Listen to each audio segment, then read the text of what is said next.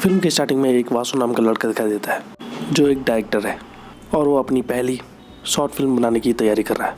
फिर वो एक कैफ़े में जाता है जहाँ 100 से ज़्यादा लड़कियाँ अपना ऑडिशन देती है और उस कैफ़े का मालिक जिसका नाम प्रमोद था वो इस चीज़ से परेशान था कि उसका कैफ़े ऑडिशन के लिए यूज़ किया जा रहा है। वासु बहुत सी लड़कियों का ऑडिशन लेता है लेकिन किसी लड़की का भी ऑडिशन उसे अच्छा नहीं लगता क्योंकि उसकी स्टोरी के किरदार के लिए जैसी लड़की वो चाहता था वैसी लड़की उनमें से नहीं थी। इसके बाद वो उसी कैफ़े में एक लड़की को देखता है जिसका नाम कीर्ति था और वो अपनी फ्रेंड्स के साथ थी और स्मोकिंग कर रही थी। फिर वासु जब उस लड़की को देखता है तो उसे वो बिल्कुल अपने किरदार के लिए परफेक्ट लगती है। फिर वासु बाहर जाकर कीर्ति से रिक्वेस्ट करता है कि वो उनकी शॉर्ट फिल्म में काम करे, लेकिन कीर्ति को कोई इंटरेस्ट नहीं था फिल्मों में और न ही इस काम को करने में। फिर वासु और प्रमोद दोनों कीर्ति का पीछा करते हुए कीर्ति के घर चले आते हैं। वासु कीर्ति के घर जाकर कीर्ति के पिता से कहता है कि मैं एक डायरेक्टर हूँ और हम एक शॉर्ट फिल्म बनाना चाहते हैं, उसके लिए हमें लीड रोल में कीर्ति चाहिए होगी। कीर्ति के पिता इस चीज़ के लिए राजी हुए थे। फिर कीर्ति भी काम करने के लिए हाँ कर देती है। कीर्ति वासु से कहती है कि 2 हफ्ते में काम पूरा होना चाहिए क्योंकि 2 हफ्ते बाद मैं मुंबई चले आऊँगी। फिर वासु भी हाँ कर देता है। फिर शॉर्ट फिल्म की शूटिंग स्टार्ट हो जाती है और वासु बहुत सी जगहों पर शूट करता है हैदराबाद में। फिर एक दिन जब वासु शूटिंग कर रहा होता है तो उनका ड्रोन एक सांसद के घर के ऊपर घूम रहा होता है। तभी वहाँ पुलिस आती है और सबको गिरफ्तार कर लेती है। इसके बाद कीर्ति के पिता पुलिस थाने में जाकर उन सब की जमानत कराते हैं। फिर एक दिन कीर्ति को कुछ लड़के छेड़ रहे होते हैं शूटिंग के दौरान, तब वासु उन गुंडों को पीटता है।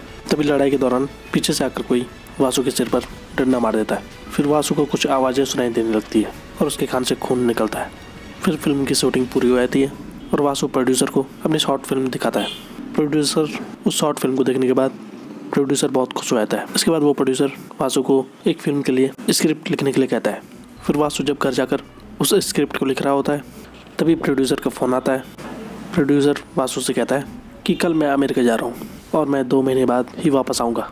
तो वासु उनसे कहता है कि कल सुबह तक आपको मैं स्क्रिप्ट दे दूँगा।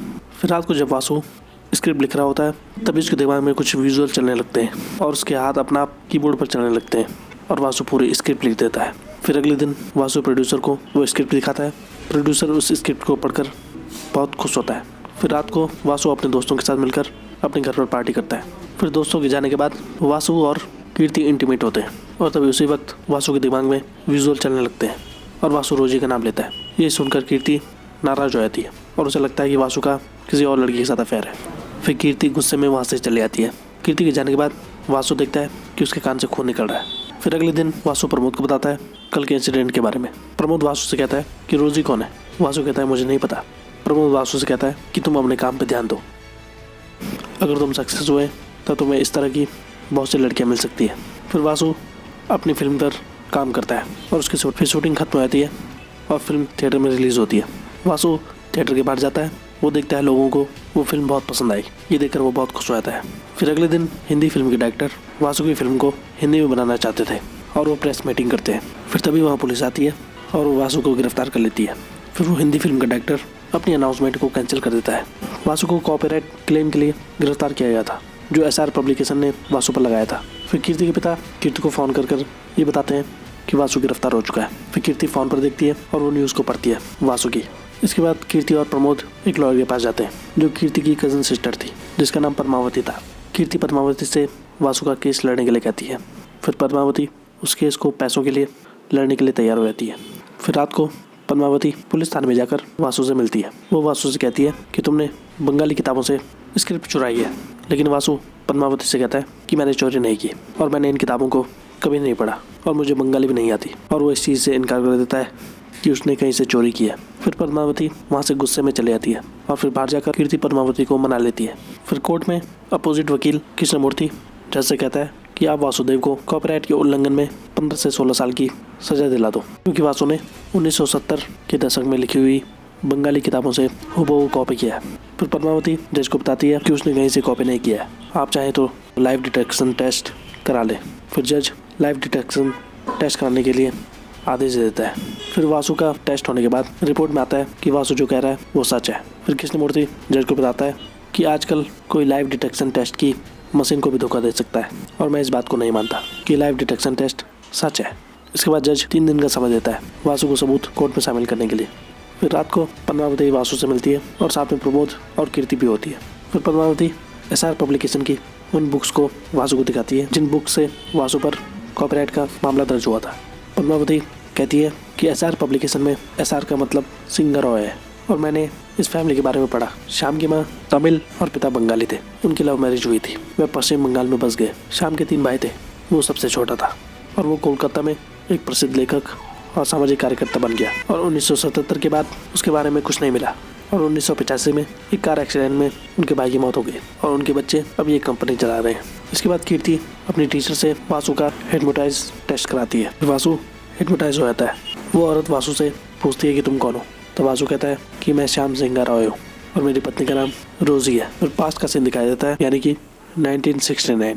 श्याम सिंह रॉय अपने लेखन के जरिए पूरे शहर में बदलाव लाना चाहता था। फिर एक दिन एक कुएं के पास श्याम देखता है कि कुछ दलित लोग कुएं से पानी पीना चाहते हैं, लेकिन वो कुएं के पास नहीं जाते क्योंकि वहाँ मौजूद ब्राह्मणों ने उन दलितों को कुएं के पास जाने से मना किया था। फिर श्याम उस दलित को अपने पास लाता है और कुएं से पानी निकालता है। तभी वहाँ मौजूद पंडित श्याम को करने से मना करते हैं और वो वासु को धमकी देते हैं कि अगर इस दलित ने पानी को छुआ तो हम दलितों की बस्तियाँ जला देंगे। फिर वो दलित वहाँ से डर कर जाने लगता है। तभी वासु उस दलित को उठाता है और उसे कुएं में डाल देता है और उन सबसे कहता है कि अब से ये दलितों का कुआं हो गया है। जिसको पानी पीना है वो पिए, जिसको नहीं पीना है वो ना पिए। इसके बाद घर पर वासु के बड़े भाई देवेंद्र आते हैं और वो वासु को थप्पड़ मारते हैं। इसके बाद वासु घर छोड़ने का फैसला करता है। वासु का भाई मनोज वासु को समझाता है कि वो घर छोड़कर ना जाए, लेकिन श्याम उसके नहीं सुनता। फिर रात को जब श्याम नदी के किनारे जाता है तब उसे नाव पर कोई आदमी नजर नहीं आता। फिर श्याम उस आदमी को ढूंढते हुए मंदिर में जाता है जहाँ देवी माँ का नृत्य चल रहा था और बहुत सी लड़कियाँ डांस कर रही थी। वहाँ श्याम एक लड़की को देखता है जिसका नाम गौरी था। श्याम को वो लड़की पसंद आई थी। फिर वहाँ मौजूद नाविक श्याम को बताता है कि ये सारी लड़कियाँ एक देवता की पत्नी है और ये उसकी इच्छाएं पूरी करती हैं और ये सभी बंगाली है। फिर रात को दिखता है कि वो देवता और कोई नहीं बल्कि एक ब्राह्मण है जिसका नाम महंत है और वो उन सभी लड़कियों को गुलाम बना के रखता है। श्याम अब अपने घर को छोड़कर नहीं जाता। फिर एक दिन डांस के दौरान जब गौरी जा रही होती है वापस, तभी उसका घुंघरू टूटकर बिखर जाता है और यहाँ पर श्याम की मुलाकात गौरी से होती है और गौरी श्याम को पसंद करने लगती है। फिर एक दिन प्रसाद देते समय श्याम गौरी से रात को महल के पीछे वाले दरवाजे पर मिलने के लिए कहता है। फिर रात को गौरी श्याम के साथ घूमने निकल जाती है। फिर इस तरह से हर रात गौरी श्याम से मिलने जाती थी। फिर एक दिन दोनों भागने का प्लान बनाते हैं। श्याम महल के बाहर गौरी का इंतजार कर रहा होता है, लेकिन गौरी नहीं आती। फिर श्याम महल के अंदर चला जाता है और वो देखता है कि गौरी घायल हो रखी है और वो रोने लग जाती है जब श्याम वहाँ आता है। फिर श्याम वहाँ मौजूद लड़कियों से पूछता है कि ये कैसा हुआ। तब वो लड़कियाँ श्याम को बताती है कि रात को जब महंत हर दिन की तरह एक लड़की चुनने के लिए आया था तब उसने एक छोटी बच्ची को चुना था रात के लिए, लेकिन गौरी ने उस छोटी बच्ची का हाथ पकड़ लिया था। इसके बाद महंत ने गौरी को बहुत मारा एक पट्टे से, यहाँ तक कि उसके ऊपर पेशाब भी कर दिया। फिर शाम को जब ये पता चलता है तब वो अपनी बाइक पर बैठकर पूजा में चला जाता है जहाँ महंत बैठा हुआ था और यज्ञ कर रहा था।